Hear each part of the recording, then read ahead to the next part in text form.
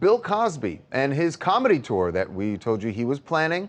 In fact, his people say that they had interest from more than a dozen promoters who were offering dates. Well, guess what? They got to pull the plug on that. Bill Cosby's team now saying he will not go out on tour, and it's because there's still some lingering legal matters to deal with, like a civil suit from Judy Huth, one of his accusers. There's actually a trial date that has been set now. It's going to be next spring, and the idea of Cosby going out on the road suddenly seems less appealing to his people. Not because he doesn't want to perform, doesn't want to stand up for audiences.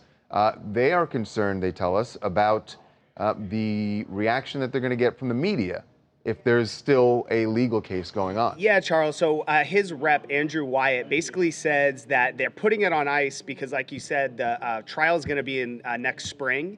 And they don't want that the media attention of the trial to overshadow his comedy tour. They're claiming that this has nothing to do, that there's not interest, that they've had, dozens of clubs who have reached out that are willing to have Bill Cosby, that it's strictly just because they don't want the attention not to be on, the comedy show and instead be focused on this trial. The interesting thing about this civil trial is whether Bill Cosby takes the fifth.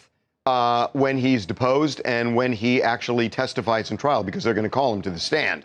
So does he testify?